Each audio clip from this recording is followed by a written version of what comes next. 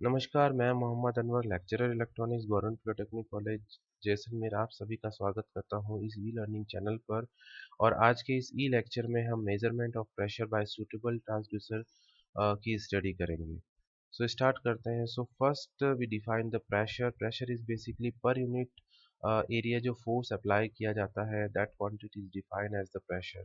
सो pressure के measurement के लिए जो जनरली इलेक्ट्रिकल जो ट्रांसड्यूसर हम यूज़ करते हैं वो जो है सेकेंडरी ट्रांसड्यूसर की तरह काम करते हैं। यानी फर्स्ट जो प्राइमरी ट्रांसड्यूसर होते हैं जो कि जनरली सम इलास्टिक एलिमेंट्स होते हैं जो कि जो जो फोर्स होता है या प्रेशर होता है उसको डिस्प्लेसमेंट क्वांटिटी में चेंज कर देते हैं। उसके बाद जो सेकेंडरी इलेक्ट्रिकल ट्रांसड्यूसर होते हैं उस डिस्प्लेसमेंट क्वांटिटी को सम इलेक्ट्रिकल क्वांटिटी में चेंज कर देते हैं। सो आउटपुट ऑफ सेकेंडरी जो ट्रांसड्यूसर है होता है वो is a function of displacement. और ये जो डिस्प्लेसमेंट होता है it is a function of pressure. So indirectly we can say कि जो आउटपुट ऑफ सेकेंडरी जो ट्रांसड्यूसर होता है that is a electrical quantity that can be represent as a pressure. So this concept is used to measure the pressure in general, जहाँ पे electrical transducer जो है secondary transducer की तरह काम करते हैं और जो some electrical quantities voltage current की सहायता से we can represent the measure we can represent the pressure जिसको हमको मेजर किया जाना होता है। सो एक रेसिस्टिव ट्रांसड्यूसर हम यहाँ पे देखते हैं जहाँ सो इन डायग्राम यहाँ पे एक रेसिस्टिव ट्रांसड्यूसर यहाँ पे शो किया गया है जहाँ पे जो स्ट्रेन गेज जो इलेक्ट्रिकल ट्रांसड्यूसर है वो एज ए सेकेंडरी यहाँ पे वर्क करेगा। सो और यहाँ पे जो डायफ्राम है वो as a primary transducer act करेगा जहाँ पे इन दोनों प्रेशर के डिफरेंस की वजह से there will be a moment in the diaphragm या डायफ्राम का डिस्प्लेसमेंट होगा और इस डिस्प्लेसमेंट ऑफ डायफ्राम को जो है वो स्ट्रेन गेज की सहायता से यहाँ मेजर किया जाएगा। सो यहाँ पे जब P1 और P2 जब बराबर होगा तब डायफ्राम में कोई भी डिस्प्लेसमेंट नहीं होगा और इस जीरो डिस्प्लेसमेंट की वजह से there will be no change in the resistance in the strain gauges. और आउटपुट जो सपोज हम वोल्टेज की टर्म्स में इसको मेजर कर रहे हैं तो आउटपुट वोल्टेज जो है वो जीरो को रिप्रेजेंट करेगा। सो इन जनरल जो डिफ्लेक्शन होता है इस डायफ्राम में it is linearly very with this difference of the pressure. Linearly very with differential pressure में वेरी करता है, लेकिन अगर जो डिफ्लेक्शन हो रहा है it is less than the one third of the diaphragm thickness. यानी जो डिफ्लेक्शन है वो अगर इस डायफ्राम की थिकनेस का वन थर्ड से कम होगा तभी ये लीनियरली यहाँ पे वेरी करेगा। और इस लीनियर वेरिएशन को जो है वो हम यहाँ पे change in resistance by using strain gauges यहाँ मेज़र करेंगे। एंड दिस स्ट्रेन गेज या जो चेंज इन रेजिस्टेंस है वो आउटपुट क्वांटिटी में यहाँ पे मेज़र किया जाएगा। उसके बाद जो स्ट्रेन गेज के रेजिस्टेंस में जो चेंज होता है उसको कैलिब्रेट किया जाता है in terms of this differential pressure, ताकि उस डिफरेंशियल प्रेशर को हम जो है वो इस change of resistance of strain gauge की टर्म्स में रिप्रेजेंट कर पाएँ। और उसको फर्दर जो है वोल्टेज या करंट की टर्म्स में हम रिप्रेजेंट करते हैं जो कि बाय अनदर इंडिकेटिंग जो इंस्ट्रूमेंट्स होते हैं उससे हम उसको डायरेक्टली जो प्रेशर क्वांटिटीज़ है उसको मेज़र या इंडिकेट कर पाएँ। सो इन जनरल जो ये जो गेजेस होते हैं दिस टाइप के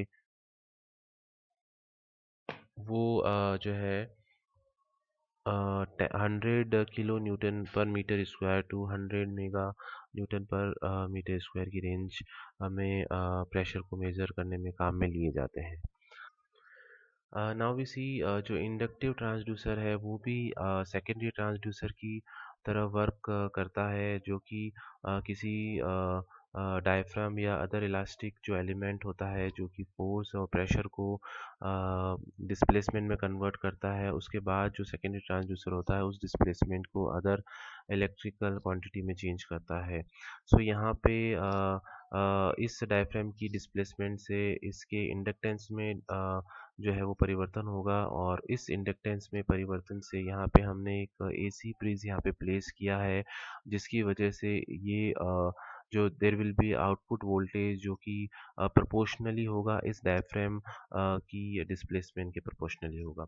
सो यहाँ पे हमने देखा है कि एक दो कॉइल यहाँ पे प्लेस किया गया है, this is upper coil and this is the lower coil, और इन दोनों के बीच में जो है वो डायफ्राम को इस तरह से सिमेट्रिकली यहाँ पे प्लेस किया है कि जब P1 और P2 जब बराबर होते हैं तब उस केस में जो है वो यहाँ पे जो आउटपुट वोल्टेज है वो ज़ीरो होता है।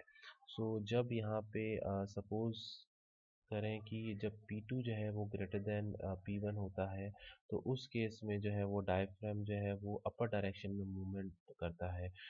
सो इस डायफ्राम के स्मॉल डिस्प्लेसमेंट की वजह से जो रिलक्टेंस होता है वो चेंज होता है upper part of the coil के लिए और lower part of the coil के लिए। रिलक्टेंस बेसिकली एक प्रॉपर्टी होती है इन मैग्नेटिक सर्किट जो कि जो फ्लक्स होता है वो उसका अपोजिशन करता है। जैसे रेजिस्टेंस जो है वो इलेक्ट्रिकल सर्किट में इलेक्ट्रिक करंट के फ्लो का अपोजिशन करता है, उसी तरह से जो रिलक्टेंस होता है वो इस मैग्नेटिक फ्लक्स को जो है अपोज करता है।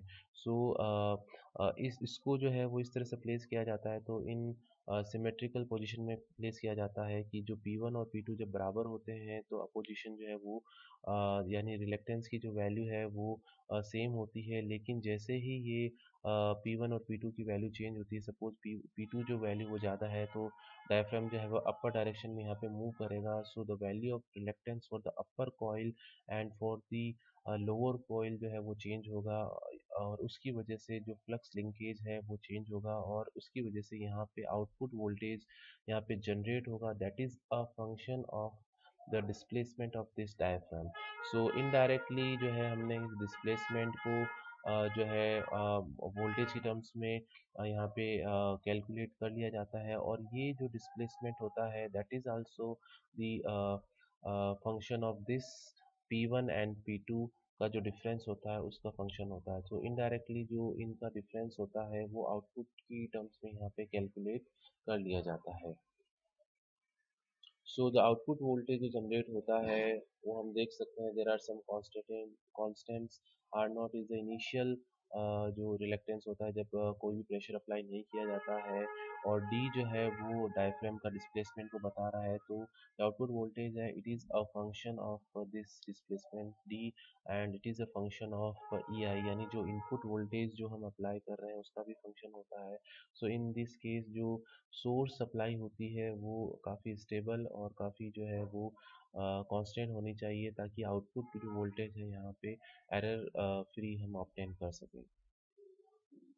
Another very common method to measure the uh, pressure is LVDTs. Again, there are some primary element जो है प्रेशर को वो डिस्प्लेसमेंट में चेंज करता है, और एलवीडीटी जो है वो as a electrical secondary transducer act करता है जो कि इस डिस्प्लेसमेंट को जो है वो मेज़र करता है in terms of some electrical quantity. So यहाँ पे इस केस में यहाँ पे एक बिलोज लगाया गया है जो प्रेशर के अकॉर्डिंग इसका डिस्प्लेसमेंट होगा, और इसका जो अटैचमेंट है यहाँ पे हमने मूविंग जो कोर है वहाँ पे इससे अटैच कर दिया है। तो जैसा कि हमने एलवीडी में देखा था कि जो कोर है उसके मूवमेंट की वजह से यहाँ पे आउटपुट पे डिफरेंशियल वोल्टेज यहाँ पे ऑब्टेन करता है, जो कि जो कि जो है इस कोर के मूवमेंट के रेस्पेक्ट में या उसके जो डिस्प्लेसमेंट होता है उसके रेस्पेक्ट में वेरी करता है, और ये जो डिस्प्लेसमेंट है it is also a function of pressure. So indirectly we can say कि जो आउटपुट डिफरेंशियल वोल्टेज ऑब्टेन होता है वो प्रेशर को यहाँ पे इंडिकेट करता है।